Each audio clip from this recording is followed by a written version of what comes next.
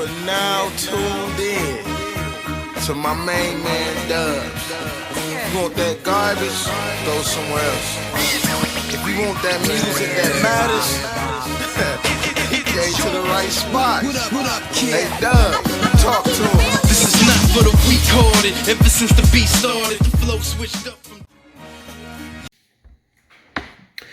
What's up, fight fans? This is Counterpunch with Counterpunch Boxing News, and I have some new news concerning Anthony Joshua. You know, this is 2021. Happy New Year's to everyone, you know, and I every so often do a theory video, okay? And they're pretty entertaining, to say the least, and I might as well start off the new year with another theory video. Now, this theory is not from me, okay? This theory is from Maun Baluwaji David Adedayo, right? Now, I check this out and I read these from time to time, and I'm going to read this theory to you guys to give you guys an update on what people think and another perspective and something hopefully entertaining, to say the least, okay? And it says, been on your tail a long while. Thanks for your depth, balance, and objective views on recent boxing issues. However, I feel you missed out on a very important possibility, which to me is sure, I'm sure, on AJ's loss to Ruiz, all right? He says, I know that he, in capital letters, was drugged by Deontay's team. Ooh. You never considered the possibility. Add up all the events that accumulated up to the fight. AJ's tour of Deontay Wilder's backyard, calling him out, riding like a colossus. Deontay kept quiet all through, only to come out mocking after the loss. Balance that out with Deontay's claims that claims about him not being himself from Tyson's loss 8 months later. That should tell you that the quote-unquote evil Lord is fighting based on his experience of what he's done to someone else. And I think Tyson knows this very well. For him to query the source of a water given to him after the fight and then decline a drink just sums it all up to me. Wow. Wow. Okay. Is there some truth to this? I seriously doubt it. I think that it's one of those things where it's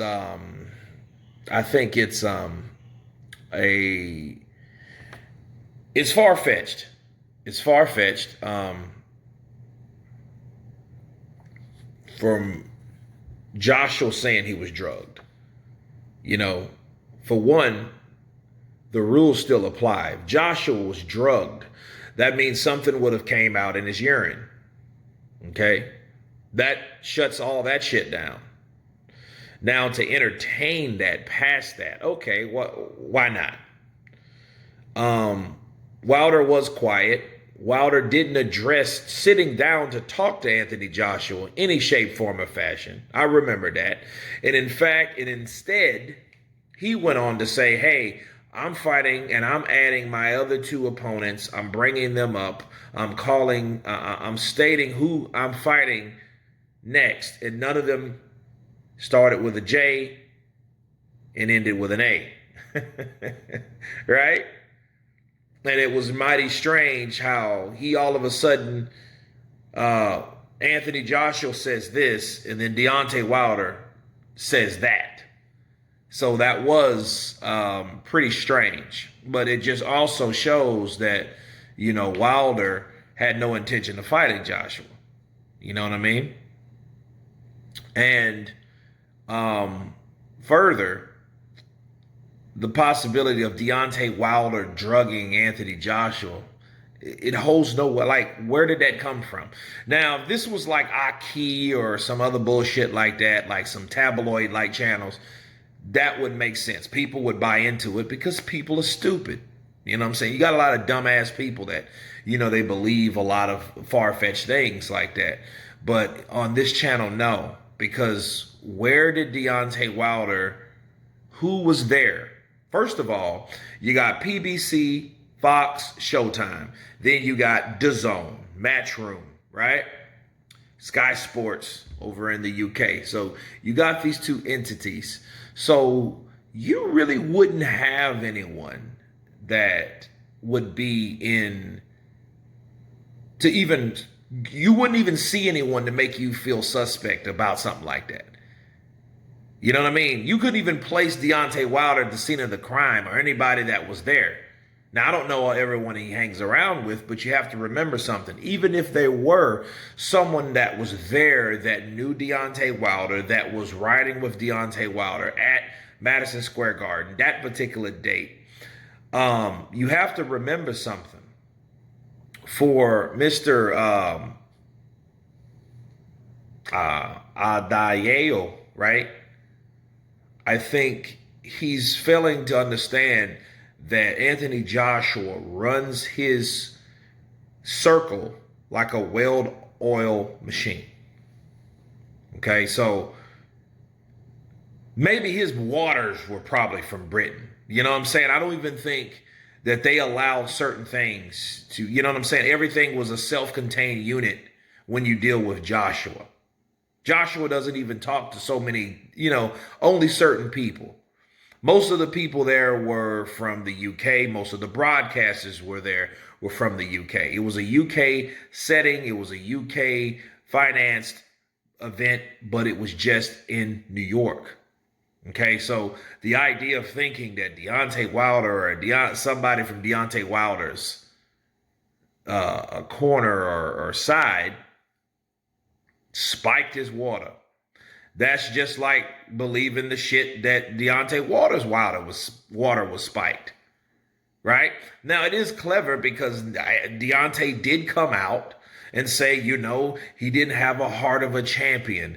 His whole career was fabricated off of lies and that type of shit. Now, he did some haterade shit. He drunk a whole lot of haterade and he threw it all up on social media expressing this haterade. He did. Because it was like, okay, well, where were you when he wanted to sit down and talk with you? Where were you at? And instead, you were talking about other two fighters that nobody gave a shit about. First of all, you already fought Fury. Second of all, you already beat Ortiz. So why are you picking those two guys right after Joshua was saying what he's saying? Look, what that means is he said that because he was happy that Joshua was beat. And understand something. At that point of time, the way Wilder felt about Joshua, okay, it was almost like you ever disliked a person that it didn't even benefit you for hating on that person or disliking that person? That was Wilder. Wilder did not give a shit about the money at all. Okay, Wilder just cared about what he could make for himself. He didn't want Joshua to make the money with. He didn't want to sit down at the table with Joshua. He didn't want to have anything to do with Joshua. So if it cost him making less money not to fight him, that's exactly what he was going to do, and that's what he did. So when Joshua got beat, he didn't even want to fight him anyway, so you think he would be mad. No, he's happy.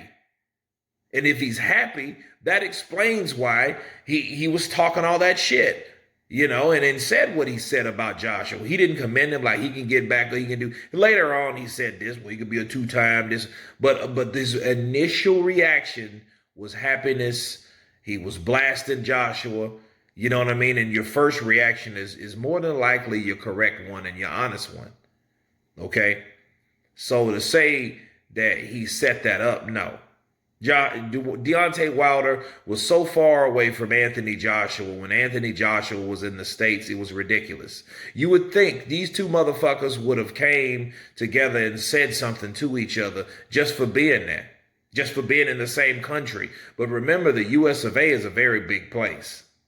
All right. So him saying that to after the loss just means he didn't want to fight him. It all goes back to the fact that Deontay Wilder did not want to fight Anthony Joshua. Okay. Now, as far as Tyson Fury goes, he's off again. Okay. Let me counterpunch him again. He didn't want to take the water because it's other interviews where he did not take water from when he was fucking with Klitschko. So why would he do the same thing with Deontay Wilder? Why would he accept water all of a sudden? No, he didn't accept the water, okay? And he said that it was things that went down with the water. He didn't trust the water. He trusts the water only from his team. That's why he asked Andy Lee, his cousin, where did the water come from when Andy Lee tried to hand him a bottle of water. Okay, so that explains that. Okay, none of this holds weight. But something does get to me, though. The spiked water. Now, that is interesting, though. It is an interesting concept because why would you go to, hey, my water was spiked? You know what I'm saying? Like, I guess that was the only thing he was consuming or whatever, or it was taken in his body. I get it. But then, you could think, if you're thinking all around, all outside and, and thinking of different ways or reasons how this could have happened to Anthony Joshua or Wilder, so to speak. Maybe Wilder had that. Maybe he was that person. You know what I mean? Maybe he was that guy that knew that Mark Breland did that. But then, that's another ridiculous concept. You know what I'm saying? Because Mark Breland's been with Deontay Wilder for a very long time. So to compare both of these guys' losses, let's put it this way. For this guy that sent me this message, it's just as easy for, if he believes that Deontay Wilder spiked Anthony Joshua's water, it's just as easy to believe that Anthony Joshua came right back around and did that to him. Right? I know you did it to me because I did it to you. Speak it, believe it, receive it. And I received that water that I tried to give to you and you took it. Nah. But this is a theory, people. So entertainment purposes only. It holds no weight to it. You guys tell me what you think of this particular person's comments and concepts and theories. Of course, please subscribe. Happy New Year's. And you guys been Counterpunch. Peace.